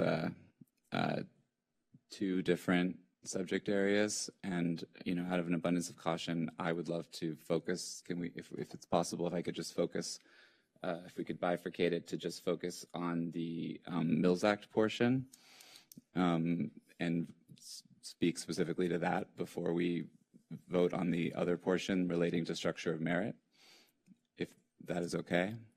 I'm fine with that. I mean, procedurally. Sorry, is there a motion on the floor to bifurcate the motion? Is that what you're asking, Councilman? Or just to basically, out of an abundance of caution, not comment on anything that would interact with housing production, and the Mills Act does not, but there are other items that are being considered that might have an implication. Got it. So he's moving that we bifurcate the vote on, and City Attorney, would that be in order? Yes, so if there's a motion and a second, I think it could just be a voice vote. But yeah, so the idea is to ensure that this discussion is not discussing housing production, but Mills Act contracts, which are related to already designated resources. Got it. So motion by Zwick, second by? I'll second. All those in favor? Aye. Okay, great. Any opposed? Okay. Thank you. So let's talk about the structure of the Mills Act. So Mills Act, thank you. We already were, but just wanted to create that distinction. So there are a couple different items in here, and I agree it should be a comprehensive process. I think the concern that I have is that the council directed this evaluation to be done in 2025. We're now looking in 2026 and facing potential, considering advice that potentially any action we take probably should be prospective and perhaps not even apply until 2027, but we're asking that we delay even considering that action. And for all I know, if we don't take action in this year, then it will soon be 2027, and we'll be given the advice that we can't take any action until 2028. So what we're considering now is just simply a policy and when it should potentially go into effect, a policy that we as a council already asked staff to work up and provide us with options on based on prior considerations of 2025 Mills Act applications that we decided statutorily we should approve, on the basis that then we would reevaluate the policy now. There have been many 16 items since that direction, so I'm confused why we would pause this process when there was, frankly, a virtual novel of direction written in the last council meeting. So why are we deprioritizing this item at the, I guess it's seemingly, at the expense of all the others that essentially we are asking for since? Well, the thought is that this is going to be part of a comprehensive reexamination of how we align our landmarking program with a range of other priorities, including equity issues, including the landmark submissions recommendations, including our broader work plan. I mean, there are a lot of complicated policy trade-offs with respect to Mills Act contracts. And folks have alluded to them, with respect to the fact that it is a tax break for folks that are owners of valuable property, and yet many of the folks who benefit from Mills Act contracts in Santa Monica are minority homeowners, folks who have been here in the community the longest. And so, I don't necessarily think we have to debate the merits of the Mills Act contract now, but to your point of why we're putting this over is to align it with all the other landmarking issues that we're going to deal with comprehensively in the future. And again, we're going to have to pick and choose at some point as to what our work priorities are going to be. And this was one where we'd like to just keep it on track with the other landmarking items that are going to take a lot of staff time to work up over the next few months. Okay, I guess I'd just say that a decision on this council as to a policy on Mills Act applications doesn't sound like work. It sounds like a decision. It sounds like a trade-off, weighing trade-offs and exercising a value judgment. It's not a comprehensive new program. If anything, there's a discussion as to whether or not we should be pausing this program like the city of LA and many other cities have, specifically for equity reasons, or considering a cap or otherwise. But that doesn't sound to me like an exhaustive work program. It sounds to me like a decision that we as a council should make. And I would just move that if we're going to be delaying this, I would like at least there to be a date certain in this year that we revisit it. What's agendized tonight is not to take any action with respect to the pending applications. This is an agenda item about our council work priorities. And so I being mindful of what's on the agenda for the Brown Act, I think, I would be happy to work with you, Councilmember or Member Tovzek, to bring back an item in the future to address that, but I don't know if that's really within the scope of what we're talking about tonight. We've already asked that they come back with it. Why we'd have to bring a new item? We're getting into a back and forth, Mayor. Can we stick to the speaker list? Thank you. Yeah, thank you. So, Councilmember Zwick, did you have additional comments? You were still in the queue. Oh, sorry. I can wait my turn. I'm sorry that I lost track of the queue. I think you had the floor, though. So did you want to finish your comments? I would just say that I see no reason to delay this particular work on the Mills Act, which was already directed by council. And I would move that we, if we feel like we cannot go through a full discussion, then we would move that we would pause the applications, if not effective now, effective on a date that it would be legally defensible. And at which point in time council has the bandwidth to discuss this in greater depth, we can resume it. But that we would pause the applications if our decision is to, in some ways, not be able to address this conversation in this moment. Okay. Thank you. Councilmember Zernitskaya. I just had a quick question. Roughly how many Mills Act applications are we seeing per year? So I'll defer to the planning director on that, and I think she also might be able to help give council a better understanding of the schedule that occurs every year, so it'll help you understand if you were to look to the future, how that looks. Yeah, so on average, we probably see, I would say three-ish, 3, 4 maybe. We've already received one this year, just for context. The cutoff actually is May to submit your application for a Mills Act, and then it must be heard by the end of October because we have a whole process, you know, to go through with like recording at the county. So you kind of see that cadence every year. I think to speak to the city attorneys, you know, like reference to schedule and kind of putting people on notice if there was a shift in something like that, you know, if it was direction, like say 30, 60 days, I mean, functionally, there's no difference if there's a cutoff of May. I'm just talking about this year, which is why I think, you know, we've mentioned that, you know, if there was an interest in pausing, we would recommend, you know, just for general community notice as people work up kind of making plans, you know, especially in rehabilitating, restoring historic buildings, right? It's very kind of detailed work, you know, it takes some planning up to it. So, you know, kind of if there was an interest in that, you know, looking towards a future year probably would be more prudent, just so that it gives us time as a staff to make sure that people who enter into the preservation process, you know, and the rehabilitation of historic resources are fully on notice, you know, towards a kind of pause or something like that in the program. Thank you. And sorry, one other question. So a public commenter, one of the members of our Landmarks Commission had noted that there has already been work done on a report about the Mills Act. Would you be able to comment as to where it is in the process? And yeah, sure. So upon receiving the direction in October, you know, we move, you know, when council gives us direction. So we did have a consultant, Robert Chattel, kind of do a, you know, scan of like best practices of Mills Act programs. Staff met with the Conservancy already regarding, you know, potential options. But, you know, upon the publishing of the agenda, you know, there was just a pause on it. I directed staff to pause on the work until we could hear from council tonight on the outcome of the 16 item. Okay, and that report is simply intended to help guide a discussion about potential next steps. It's not. It was just informing like a study session, essentially. Okay. Yep. Right, got it. Thank you. Thank you, Councilmember Hall. Thank you, Mayor. Given it appears that everyone who wishes to speak on the item has had an opportunity to speak, I'd like to invoke Rule 12G and call the question. Okay, is there a second? Oh, was there a motion? I thought there was a motion. Did you move? Go ahead. Well, then I can't call the question, but I will move the item. I can restate something on my end if that's what you'd like. Well, if Councilmember Hall is moving the item, I'll second it. Well, we're moving the bifurcated item.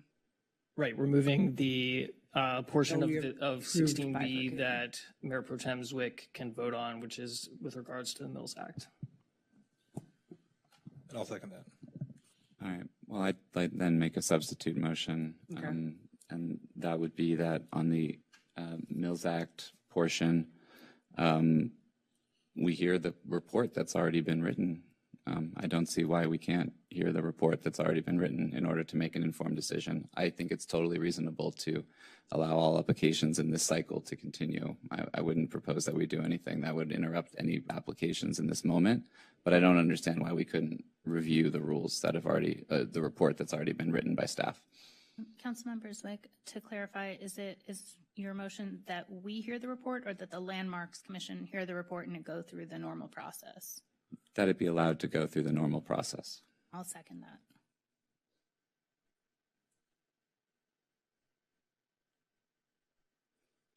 Okay, we have a substitute motion on the floor. Let's vote. Councilmember Hall? This is on the, You got it? I'm sorry. I wouldn't have missed Do you want me to restate what we're voting on? No, you guys, no. I know what Okay. you're voting on. Okay. Councilmember Negrete, yes or no?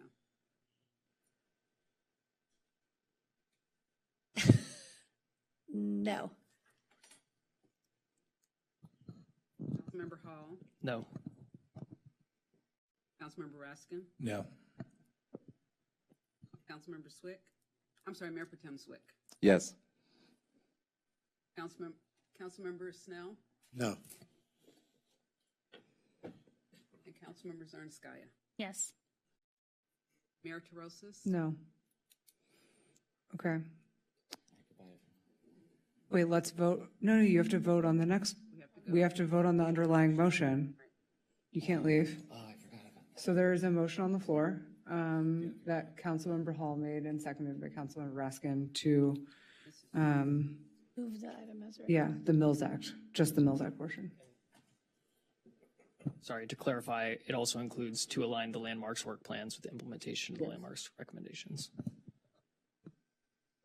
Okay, are we ready? Yes. Councilmember Zarnskaya, Yes. Councilmember Snell, Yes. Mayor Pro Tem Swick, No. Councilmember Raskin, Yes. Councilmember Hall, Yes. Councilmember Negrete, Yes. and Mayor Tarosis. Yes. Okay, and then you'll come right back. Thank you. So we still have not voted on pausing analysis on structure of merit revision consideration and aligning landmarks work plans with the implementation of Landmark Commission's recommendations. Does anyone have a comment or a question or a motion? I'll move the remainder of the item. I'll second it. Great. Let's take a vote. Sorry. Councilmember Negrete, Sorry, I'm so sorry. Can you repeat that? We're voting on the second portion of the item. Yes. okay. Councilmember Hall, Yes. Councilmember Raskin, Yes. Councilmember Snell, Yes. Councilmember Zarnskaya, Yes. and Mayor Tarosis. Yes. That carries. Thank you. Thank you, Mayor Pro Tem Zwick. And I believe that Mayor Pro Tem Zwick has done a lot of the work on 16C, so we should let him talk about it. Hey, everyone. I know we're in the last item here. I just wanted to say that, just by way of a little preface, Vision Zero is a commitment that cities made across the country to try to reduce pedestrian and bicyclist and driver deaths and severe injuries on our streets. Cities across the country made a commitment to try to reduce these deaths to zero. It wasn't, a pie in the sky thing. It was an actual goal. And there are a few cities that have actually managed to achieve it. Santa Monica's done amazing work on its mobility interventions and improvements in the city, but there's just no denying the fact that we haven't reduced the deaths and severe injuries on our streets and roadways to zero. We actually haven't even reduced them at all in the 10-year period in which we've been talking about that as a major goal.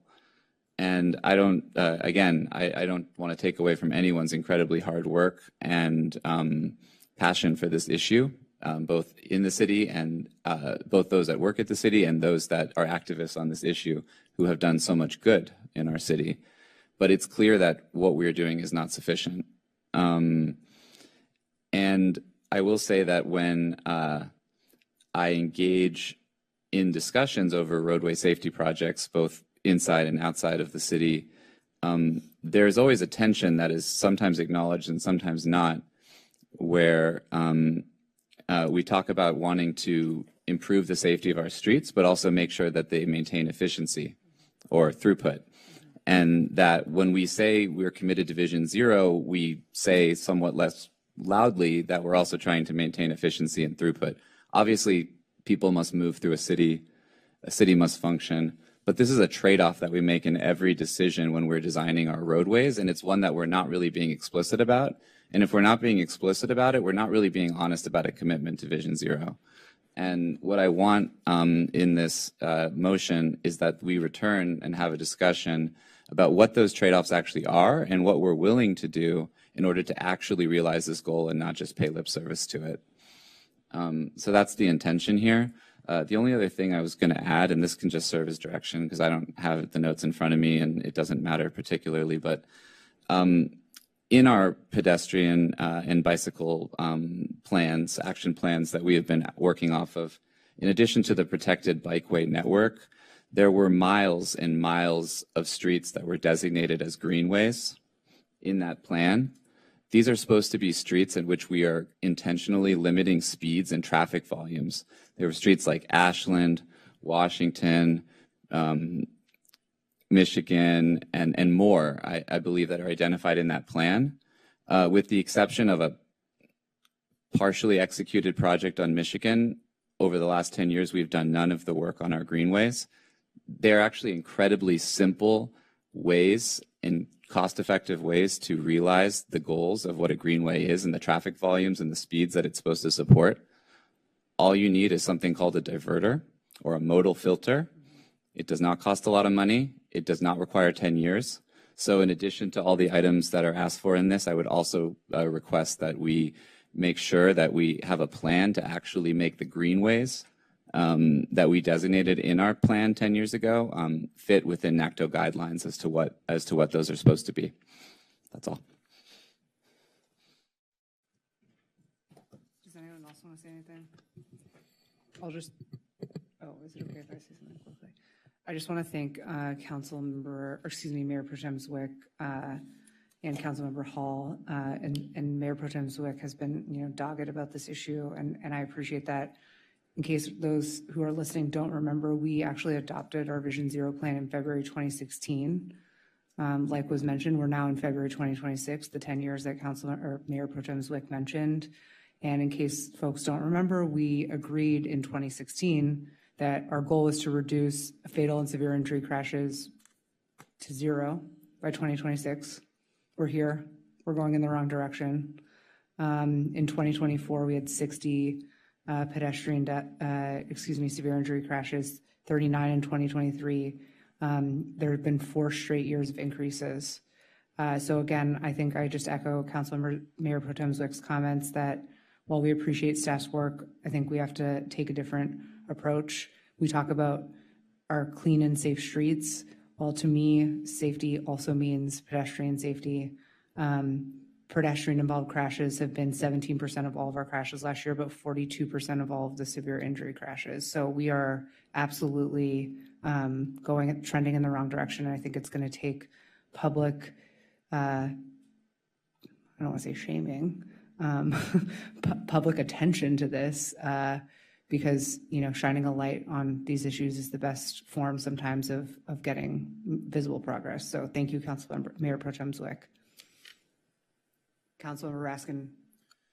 I just wanted to give some thanks here.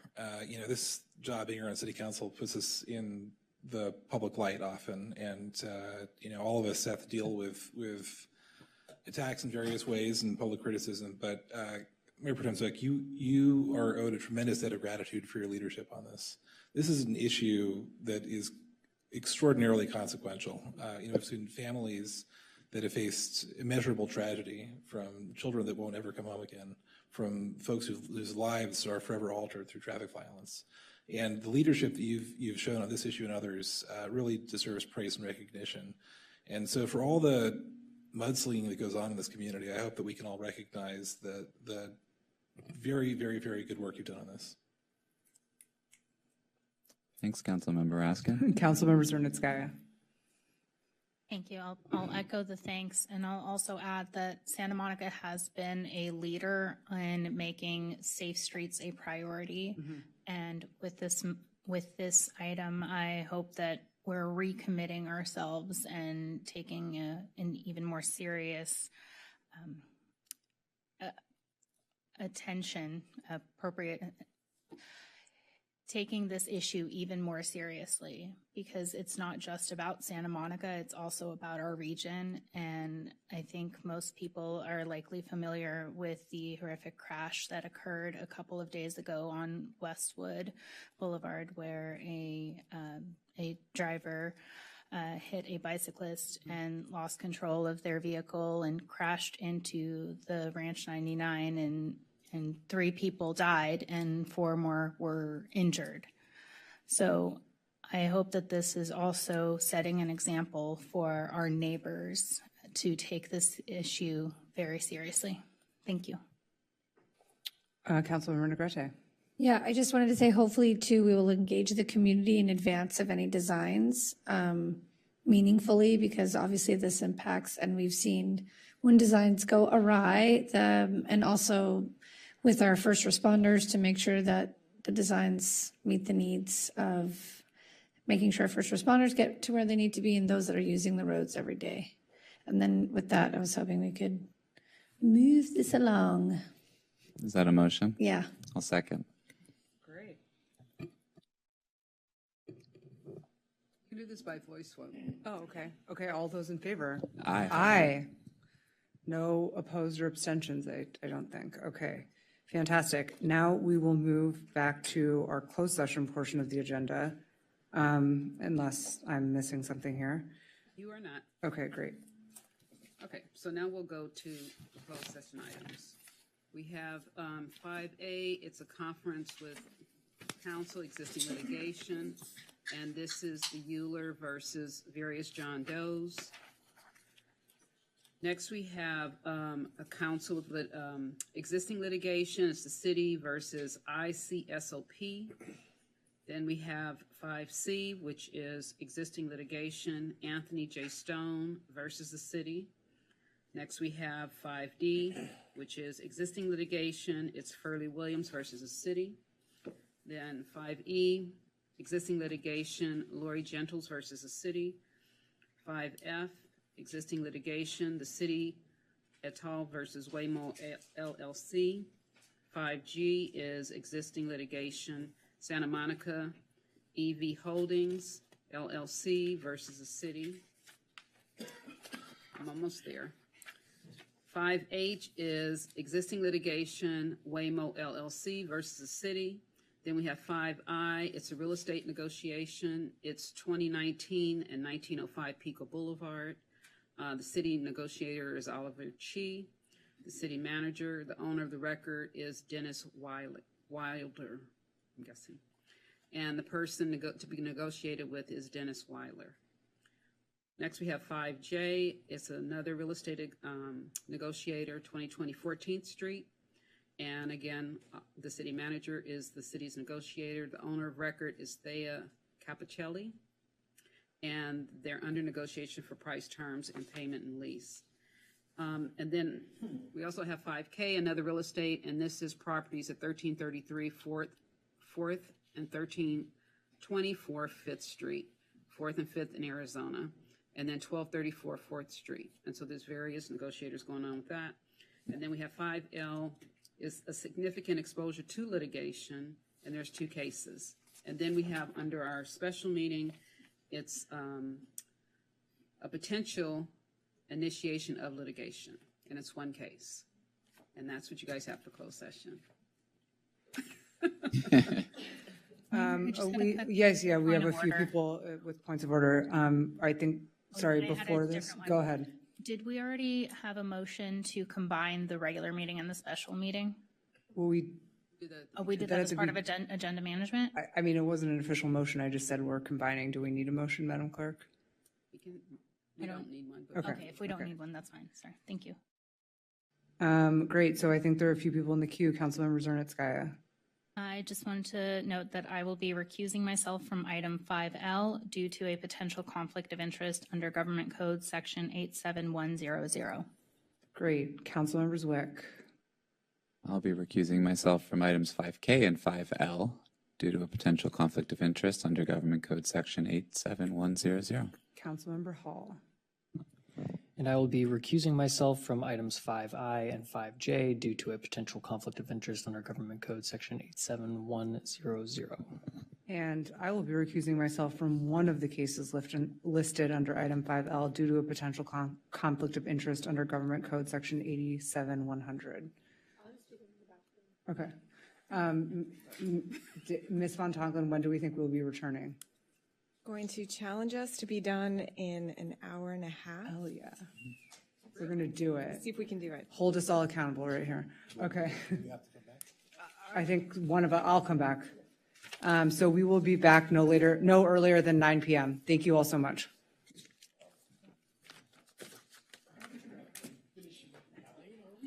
Yeah, we are. You're going to drive home and see your kids before they go to bed.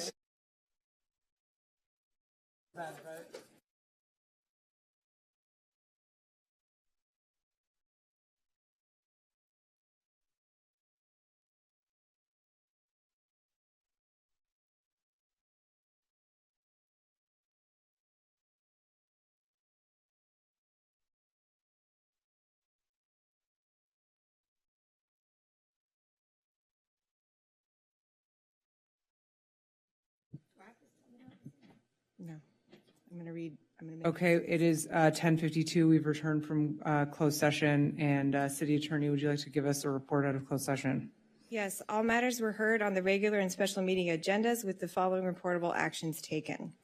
Item 5C on the regular meeting agenda, the City Council approved settlement in the matter of Anthony J. Stone v. City, a personal injury case involving a claim that Stone, a Big Blue Bus passenger, fell while attempting to board a bus. The city denies liability and does not admit fault, but agrees to settle for an amount of $500,000, and in exchange, Stone agrees to release all claims against the city. The settlement was approved by a vote of 7-0. Item 5A on the special meeting agenda. Direction was given by a vote of 7-0 to initiate litigation challenging terms of a fiscal year 25 Safer Outcomes Enhancing De-Escalation and Crisis Response Training for Law Enforcement Support for Law Enforcement Agencies grant awarded by the U.S. Department of Justice Office of Community-Oriented Policing Services to the Santa Monica Police Department in October of 2025 in an amount equal to $876,000 to implement and expand de-escalation training programs. The action, defendants, and other particulars shall, once formally commenced, be disclosed to any person upon inquiry in accordance with Government Code Section 54957.1A2. That concludes the report out. Great. So we will see you at our next regularly scheduled meeting in 2 weeks, and the meeting is adjourned. Thank you.